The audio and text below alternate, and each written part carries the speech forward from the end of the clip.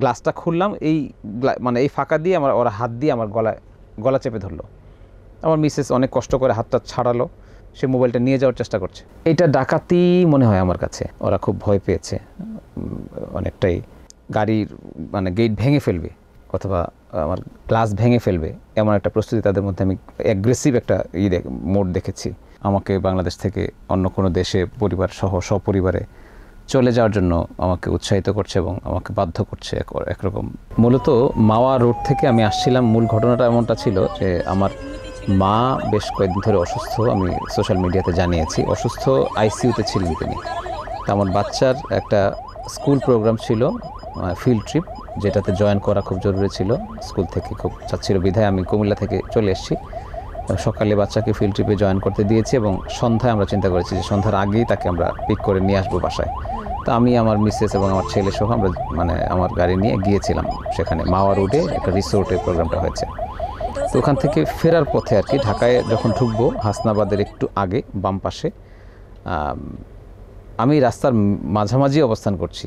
এর মধ্যেই 8-10টা বা 15টা মোটরসাইকেলের প্রচণ্ড পরিমাণে হরেন, মানে আমি তো ফুল স্পিডে আছি, 80 পর্যন্ত উঠানো যায় সেখানে। তো এর মধ্যে অসংখ্য মোটরসাইকেলের হরেন আমাকে খুব বিরক্ত করছে। এর মধ্যে কেউ আমার গাড়িতে থাপ্পড় দিচ্ছে, কেউ সাইড থেকে মোটরসাইকেল লাগিয়ে দিচ্ছে। তো বাচ্চারা ভয় পাচ্ছিল তখন। আমার মিসেসও বলছে যে ব্যাপারটা কি, তারা এমন করছে কেন।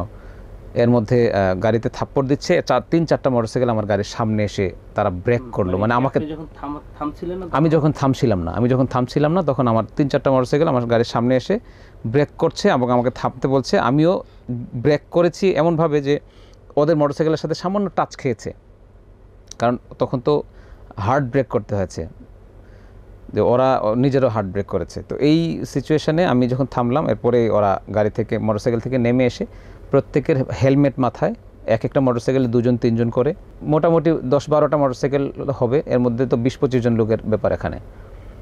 তো আমার গাড়ির ডান পাশে কয়েকজন, বাম পাশে কয়েকজন, সামনে 3-4টা মোটরসাইকেল দাঁড় করানো। ওইভাবে ওরা নেমে এসে একজন হেলমেট খুলে আমার হেলমেট দিয়ে গাড়ির মধ্যে আঘাত করছে। তো বুঝতে পারছি না, শুধু বলছে যে নেমে আয়, তুই নেমে আয়।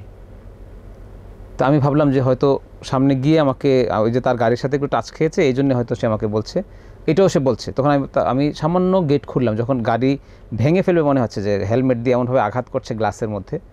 বাচ্চারা প্রচণ্ড ভয় পাচ্ছে ওই মুহূর্তে, কান্নাকাটি করছে এর মধ্যে। তো ওরা গালিগালাজ করছে এবং আমাকে বেরিয়ে আসতে বলে, তোর সাথে কথা আছে, বেরিয়ে আয়। আমি না, আমি বেরোবো না।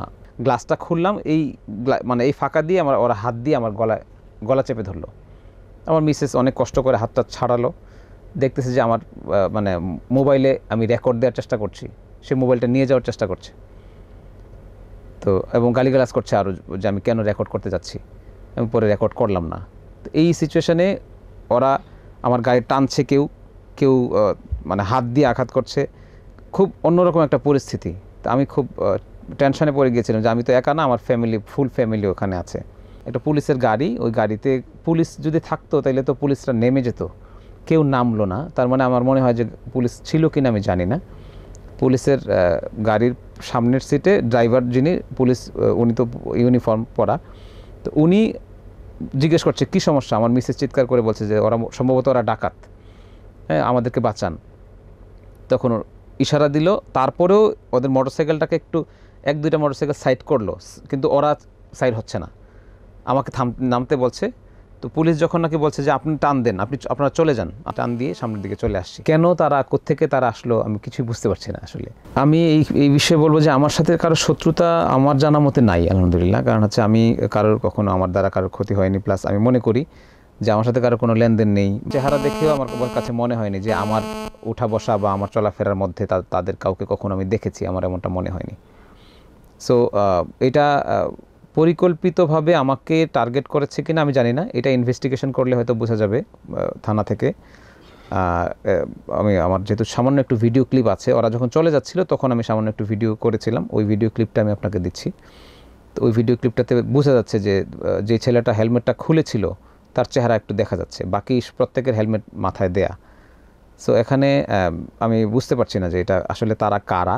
এটা ডাকাতি মনে হয় আমার কাছে, না ছিনতাই, এমন কিছুই একটা, ডাকাতি বা ছিনতাই এমন কিছুই একটা হওয়ার কথা। আমি যখন পরবর্তীতে আমাকে অসংখ্য ভাইয়েরা আমার খোঁজ নিয়েছেন, আমার পরিচিত অপরিচিত, তো অনেকেই তাদের অভিজ্ঞতা শেয়ার করেছেন আমার সাথে যে না ওই রাস্তার মধ্যে মাঝে মধ্যেই এমনটা হয়, ছিনতাই হয়, ডাকাতি হয়, মানুষকে জিম্মি করে, গাড়ি জিম্মি করে। পুলিশ কি বললো? তারা এটাই যে এই রাস্তায় মাঝে মধ্যে এমনটা হচ্ছে, তাদের কাছে ইনফরমেশন আছে, তো এটা তারা, আমি ভিডিও ফুটেজ দিয়ে এসেছি, তারা দেখবে, পরে জানা যাবে, বোঝা যাবে এটা কি। 3-4 দিন ধরে তো ট্রমাটাইজ ছিলাম আমরা সপরিবারে, কারণ এমনিতেই আমার আম্মা অসুস্থ, আইসিইউতে ছিলেন, তার মধ্যে আবার এই ঘটনা। তো বাচ্চারা তো ছোট মানুষ, ওরা ওদের চোখের সামনেই একটা মানে বিপদ ঘটে গেল, এটাতে ওরা খুব ভয় পেয়েছে। গাড়ির মানে গেট ভেঙে ফেলবে অথবা আমার গ্লাস ভেঙে ফেলবে, এমন একটা প্রস্তুতি তাদের মধ্যে আমি অ্যাগ্রেসিভ একটা মোড দেখেছি। পুলিশের গাড়িটা আসলো, আমিও চলে আসতে পারলাম। আমি যদি ওই সময়টাতে না আসতো, তখনও কিন্তু তা আমার গলায় তার হাত, যে আমাকে টানাটানি করছিল। তো ওই মুহূর্তেই পুলিশের গাড়িটার মানে আওয়াজ হচ্ছে, প্লাস হচ্ছে সে আমার মিসেস চিৎকার করলো, পুলিশের গাড়ি দেখেই একটু ভরসা পেয়ে চিৎকার করলো যে ডাকাত ডাকাত, আমাদেরকে বাঁচান ভাই। তখন পুলিশ ওদেরকে ডাক দিল, আস্তে করে একটু সাইড হলো, সামান্য সাইড হলো, এর মধ্যে আমি গাড়ি টান দিয়ে চলে আসছি। উনি বলছে যে আপনি চলে যান, পুলিশ আমাকে বলছে আপনি চলে যান। তো তখনই আমি বের হয়ে চলে আসি, কিন্তু বড় রকমের কিছু একটা ঘটার সম্ভাবনা ছিল ওখানে। এটা খুবই কষ্টদায়ক একটা বিষয় আমাদের স্বাধীন দেশে। আমরা এই জায়গাটাকে ঠিক করা যাচ্ছে না এখন। বর্তমানে আরও কিছু কিছু বিষয় আপনিও একমত হবেন যে আমরা দেখি মাঝে মধ্যে 10-15 জন বন্ধু বা 10-15টা মোটরসাইকেল ফ্রেন্ড সার্কেলরা মিলে মানে কোথাও লং ড্রাইভে চলে যায়, তারা যে কোনো ওয়েতে মানুষকে জিম্মি করে কখনো কখনো, এবং তাদের এমনভাবে হর্ন তারা মারে, মনে হয় যে সামনে কোনো কিছু থাকলে এমনিতেই সাউন্ডই উড়ে যাবে, এমন একটা ব্যাপার। খুব ভয় হয় ওই মুহূর্তে। তো এই বিষয়টা একটা। আরেকটা হচ্ছে যে কেউ তো মানে ওভারঅল আমরা সাধারণ নাগরিক, মানে আমি তো প্রচুর ভ্রমণ করি, কারণ প্রচুর প্রোগ্রাম থাকে আমার, ঢাকার বাইরে প্রচুর প্রোগ্রাম থাকে।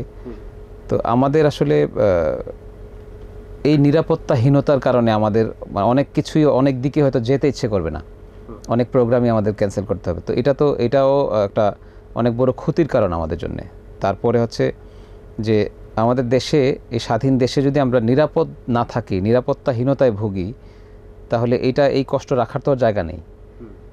এই বিষয়গুলো আসলে প্রশাসনকে দেখা উচিত, এবং প্রশাসনকে আমরা দৃষ্টি আকর্ষণ করছি যারা এই প্রত্যেকটা হাইওয়েতে আমাদের প্রশাসনিক মানে যারা প্রশাসনিক কর্মকর্তা রয়েছেন, যারা এই দায়িত্বে আছেন, মানে এই বিভাগীয় দায়িত্বগুলোতে আছেন, বিশেষ করে ডিএমপি, যা মানে ঢাকা মেট্রোপলিটন পুলিশ, তো ওনাদের কাছে আমি উদাত্ত আহ্বান জানাবো যে এগুলোকে ফাইন্ড আউট করা, এবং তাদেরকে 2-4টা ধরলে এবং পরবর্তীতে দেখা যাবে যে এগুলো কমে যাবে। মানে এক কথায় যে কিশোরদের মধ্যেই বা খুব অ্যাডাল্ট যে মনে হয়নি তাদেরকে আমার, মোটরসাইকেল প্রেমী বা মোটরসাইকেল প্রেমী সাজে, অনেকে মোটরসাইকেল প্রেমী, ঠিক আছে, সে লং ড্রাইভ দিচ্ছে, কিন্তু কেউ আবার এটারই সুযোগ নিচ্ছে যে এটা দিয়ে তো ডাকাতি করা সম্ভব, এর মাধ্যমে তো অনেক কিছু করা সম্ভব। কিন্তু তারপরে আমরা যেটা বাস্তব বিষয়, যে কিশোরদের মধ্যেও রক্ত গরম একটা ব্যাপার আমরা কখনো কখনো ফিল করি, যে তারা মানে যে কোনো গাড়ি দেখা যায় যে একসাথে হরেন দিচ্ছে, গাড়ি উড়ে চলে যাবে, বাট এরকম তার সামনে কোনো গাড়ি থাকতে হবে না, রাস্তা ফুল ক্লিয়ার থাকতে হবে। তো সে চাইলেই রাস্তা ফুল ক্লিয়ার, তার চিন্তাটাই হচ্ছে যে আমি যেদিক দিয়ে হাঁটবো বা যাচ্ছি, রাস্তা জ্যাম থাকবে না, তো সে এমনভাবেই হরেন দেবে মনে হয় যে জ্যাম উধাও হয়ে যাবে। তো সেটা তো সম্ভব না।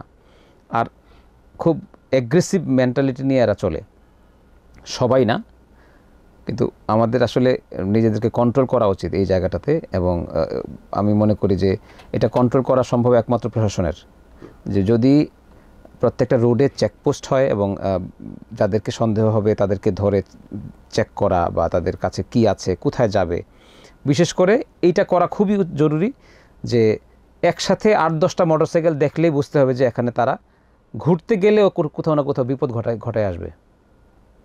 ঠিক আছে, তারা রাইড দিতে যাচ্ছে কোথাও, ওখানে গিয়ে তারা বিপদ ঘটায় আসবে, আমার কাছে মনে হয় এটা। কারণ তাদেরকে কেউ 10 জন একসাথে হওয়া মানে তারা মনে করে যে একটা বিশাল পাওয়ার, কাউকে তোয়াক্কা করে না।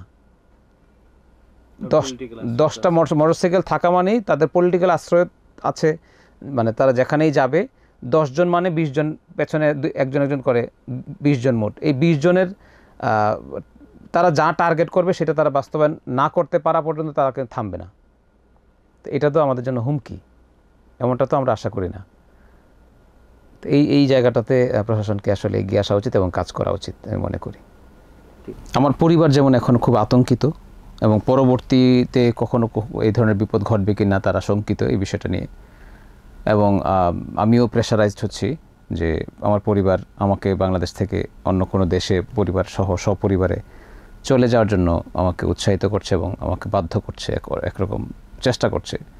কারণ তাদের কথায় লজিক আছে যে এই দেশে আসলে নিরাপত্তা যদি না থাকে আমাদের তো, কারণ আমরা তো কেউ চাইবো না যে নিরাপত্তাহীনতায় থাকি বা আমার সন্তান নিরাপত্তাহীনতায় থাকুক। কোনো বাবা মা তো কখনো চায় না। অনেক মেধাবী মানুষ বাংলাদেশ থেকে চলে যায় এই কারণগুলোর কারণে। তো এই বিষয়টাতে আসলে আমরা খুবই দুঃখী এবং আমি উদাত্ত আহ্বান জানাবো সংশ্লিষ্ট প্রশাসনকে যে এই বিষয়টা খুব ভালোভাবে নজরদারিতে নেওয়া এবং এগুলো সমাধান করার জন্য। এবং অনেক মানুষের অনেক ক্ষতি হয়ে যাচ্ছে এই সময়টাতে, এবং মানুষের উগ্রতা বৃদ্ধি পাচ্ছে।